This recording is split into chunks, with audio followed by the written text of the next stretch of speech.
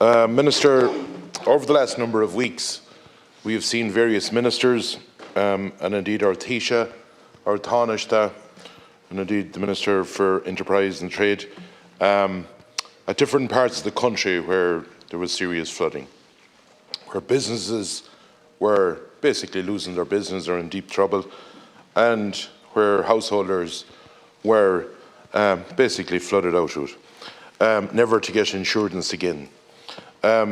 We've seen it in Middleton, we've seen it in Wexford, we've seen it in Louth. We have seen it in Galway yesterday. I saw the Chief Whip in Galway yesterday, unfortunately with people actually crying of what was happening. And we've also seen Lough Fuinchna in County Roscommon, that the pumps are on once again, and the people are very nervous. I welcome, and I want to be very clear on that, the Minister for Enterprise's announcement and the government announcement of the raised fundings, 70,000, and the help that is being given. I welcome that. I want to be very clear on that.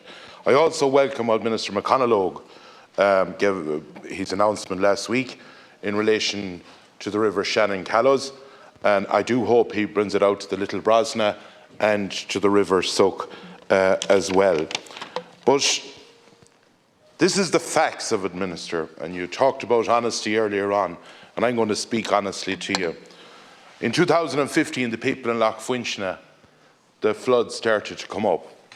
One house has been knocked already, 8 years ago, exactly, heading 9. The pumps are there today, and by February or March, if the rain amounts continue as is, they're in trouble. There'll be more houses lost. The slatted sheds are full of water already. And I heard Minister O'Donovan yesterday, and to be fairness to any minister, their hands are in chains with the amount of legislation that's around them at the moment. That's being quite honest about it. We had a situation, Minister, where when Minister Ryan wanted to bring in emergency legislation here in relation to the jet engines that was going to, when we were in danger of running out of power, we were able to bring legislation in here fairly rapid and get it through fairly quick to make sure that our country would have power.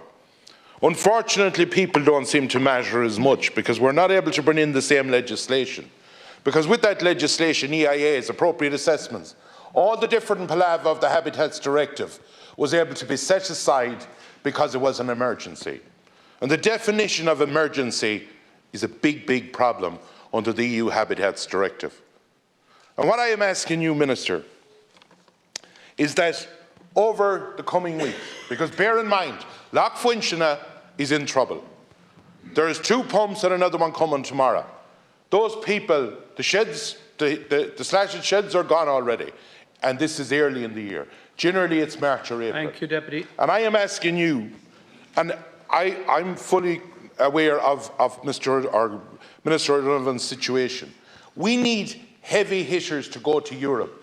We need to get the definition of emergency. Is someone going to lose their house in March not an emergency when the works are done to 200 metres in Roscommon, rather than 9 years trying to get works done? And to be honest, to the people right around this country, honesty is needed to them, because that's 9 years on the go. Tell that to the people in Middleton and other places. Minister. I want to thank Deputy Fitzmaurice for raising this issue, and I've never known you anything other than to be honest in terms of representing your constituents and your people and your area. Let me begin by where you did, by acknowledging that it's been an extraordinarily difficult time in terms of flooding right across our country, and you referenced some of the places, Middleton and Cork, other parts of Cork, Wexford, Louth, Newry. It's been an all-island problem. Galway yesterday, I saw my colleague Minister Naughton in Claren Bridge. I watched a man cry on the news last night, watching his business be devastated, and I very much appreciate your welcome for the supports put in place by my colleagues. The Humanitarian Assistance Fund opened immediately, by Minister Humphreys to get payments to people, and Minister Coveney today yet again coming to government to open an emergency business flooding scheme, and indeed an enhanced emergency business flooding scheme that can provide up to 100,000 on the back of a full assessment. And indeed you referenced Minister McConalogue. So we and Minister O'Donovan, people are acting as quickly as they possibly can. And look, there's a load of ways we're going to need to come at this. We're going to need need a new national adaptation plan. We're going to need a number of flood relief schemes accelerated, and government's fully committed in relation to that. We've seen 3 storms in a month. And if that doesn't give us an indication, I think, of the type of winter we're looking at, and indeed the climate change that we're seeing in the world, I'm not sure much will. You specifically raised, Look, Function, and I know you've been talking to our colleague, Minister O'Donovan, in relation to this. I'm certainly not going to outline the history to you because you know it very well and know it better than anybody. But for the benefit of this House, I know that it's going on, as you say, 8 years. But I do know that in 2021, the CEO of Roscommon County Council did take action, did write to the OPW and said he was going to exercise his powers under the 1949 Local Government Works Act to undertake urgent works at the loch. And I think he was going to put in place a 3-kilometre overflow pipe to the River Shannon. The summer of 2021, government agreed to that request from the CEO, and indeed we provided €1.7 million in assistance. And you know the rest, because unfortunately about 60% of the total length of the pipe was laid by the end of 2021, and then a High Court judicial review challenge was taken against Roscommon County Council, and it stopped works on the site. And that is the factual position. Now, since then, last December, I know Roscommon County Council and the OPW did agree to establish the expert working group to try and find a way forward, to try and find another pathway to come up with a viable solution. And I know that the membership of that group has included lots of different agencies and cross-departmental representation, and they've been charged with scoping out the requirements to commission and undertake surveys and investigations and get this issue resolved. My understanding is the steering group is led by the council, though the OPW are on it, and they're overseeing the work to identify a viable solution to manage the flooding risk at Loch Funchna. The steering group has been meeting throughout the year. My understanding is it's due to meet again this week to discuss progression of the necessary investigations and timelines to get to implementation. But look, in light of the comments you've made today and the questions you've asked in relation to European legislation and the risk to life and land, let me take that back to my colleagues and we'll revert to you directly on the matter, Deputy. Fitzmaurice, thank you, Minister. Minister, you're correct in everything you've said. I'm not having a go at Minister O'Donovan. I'm not having a go. I'm talking about legislation. I'm talking about, you mentioned the people in Loch Funchna there. Those people, there's a steering group. This steering group's like, it looks like it's going to sit for another 3 or 4 years with the way it's going.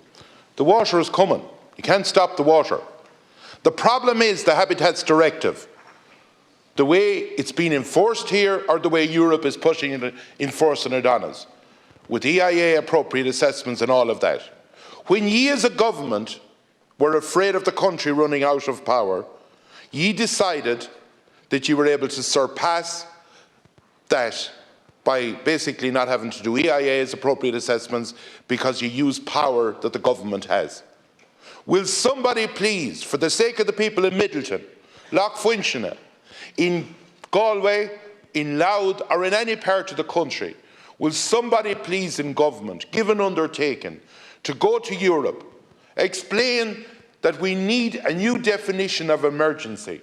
Because if the water is coming to you, and while we welcome the funding given by all the different ministers, that's put basically a stopgap.